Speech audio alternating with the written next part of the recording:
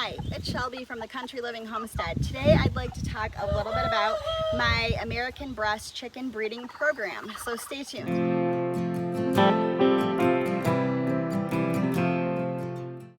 So anytime you're breeding animals, whether it be chickens, ducks, goats, whatever, you are creating a breeding program. Whether it is a well thought out breeding program or you're simply using whatever animals you have and putting them together, that's totally up to you, and it kind of depends on the purpose of your breeding program. So there is one thing to keep in mind though. If you don't have some sort of a selection process for your breeding stock, the quality will most likely go down over time.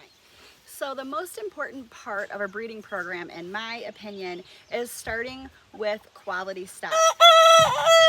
So these are some of my American Bresse chickens. I actually purchased my stock from Greenfire Farms. I've been very happy with the quality of the birds. As you can see, they are very nice birds. And although I am talking about the American Bresse specifically, this information could be used for any breed of chicken. And it's always easier to start with the best quality that you can afford and maintain and improve upon that level of quality. It's a lot more difficult to get a lower quality bird and try to improve on that. Can it be done? Yes, for sure, but it definitely takes a lot longer. For those of you that aren't familiar with the American Bresse chicken, they are a dual purpose bird. They lay a significant amount of cream colored eggs every year. They also produce meat. Their meat is known to be marbled, and some people consider it some of the best chicken meat available.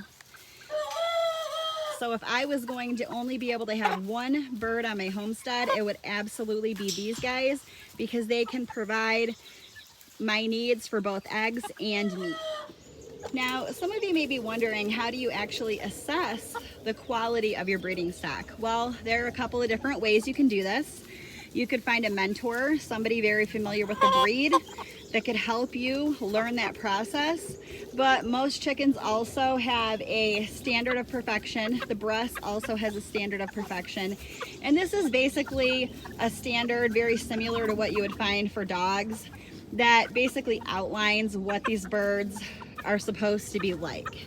So that's very helpful when selecting your breeding stock. Now, if you plan to exhibit your stock, or if you want to be a preservation breeder, then those standards are going to be pretty important and you're going to want to follow them pretty closely. However, if you are just starting a breeding program for your own homestead to meet your own needs, then you can veer from that a little bit. At least that's what I'm planning to do.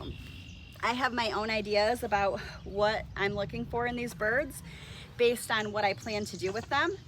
So I will list a couple of different traits that I'm personally looking for with these guys. Number one, I want a healthy bird. If you don't have health in your breeding program, you don't have anything else. So my number one objective here is health.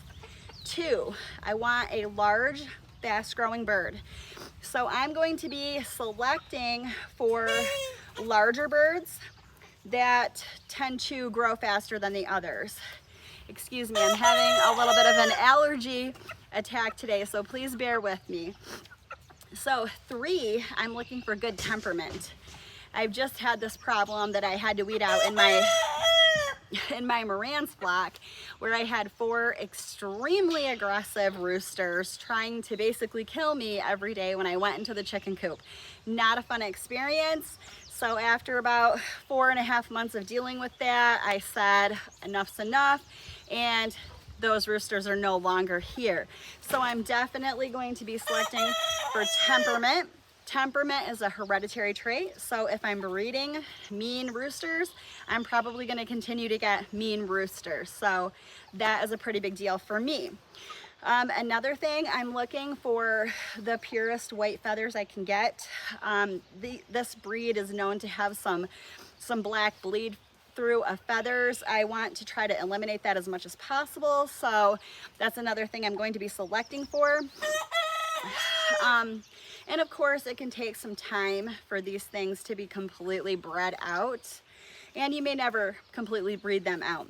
But another big thing that I'm looking for is their ability to forage. This is a breed that should be able to forage for a good portion of their food. They're not like the Cornish cross where they just sit at the feed dish and eat all day. So I'm definitely taking their foraging ability into consideration. Now, as I said earlier, I feel that it's important to start with the best quality stock that you can afford. As you can imagine, these birds were expensive, so we could only get so many of them, and of course a good portion is going to be roosters as well. So because of this time around, I'm going to keep all of my hens, or actually, I'm sorry, all of my pullets. I think I only have about 7 pullets in here, and I'm going to keep all of them for the time being, and they're going to be put into my breeding program. I'm going to select the 2 best roosters based on my own needs. So I'm going to be selecting them, and I'm going to keep them with the hens. The remaining roosters, I will be putting in a grow out pen, and I'll probably spend the next 30 to 45 days growing them out for meat for my freezer. In the meantime, I'm going to keep comparing those roosters in the grow out pen to the roosters that I have selected for my breeding program. And if I start to notice that some of the ones in the breeding program are maybe maturing a little bit later and I like them better, or maybe they have better temperament. So if that's the case, that will give me the opportunity in that 45-day period to switch out the roosters that I was planning to use for me and switch them out for my breeding stock. Now, these birds that I'm starting with, I'm a very small scale here, so I'm not starting with a ton of birds. If you have the room, you know, you could start out with 50 or 100 birds and select down from there, and that would definitely give you more genetic diversity and better options to choose from, frankly, for your foundation stock. And your foundation stock is the stock that you're starting your breeding program with. Okay, so, and then when spring comes around, I'm probably going to hatch as many chicks as I possibly can from these guys. And that will give me an opportunity to be a little more ruthless in my selection of my females and really dwindle that down to the specific traits that I'm looking for with them. So that'll be when I'm doing my 2nd generation. So for right now, I'm keeping all of my pullets. Extra roos are going to the grow out pen for meat. And as I said, I'll be keeping an eye on them to see how it goes. And so yeah, folks, that's about it. That's the gist of the breeding program that I have planned for my American Bresse. I hope that this has helped you out, and I hope you have a great day.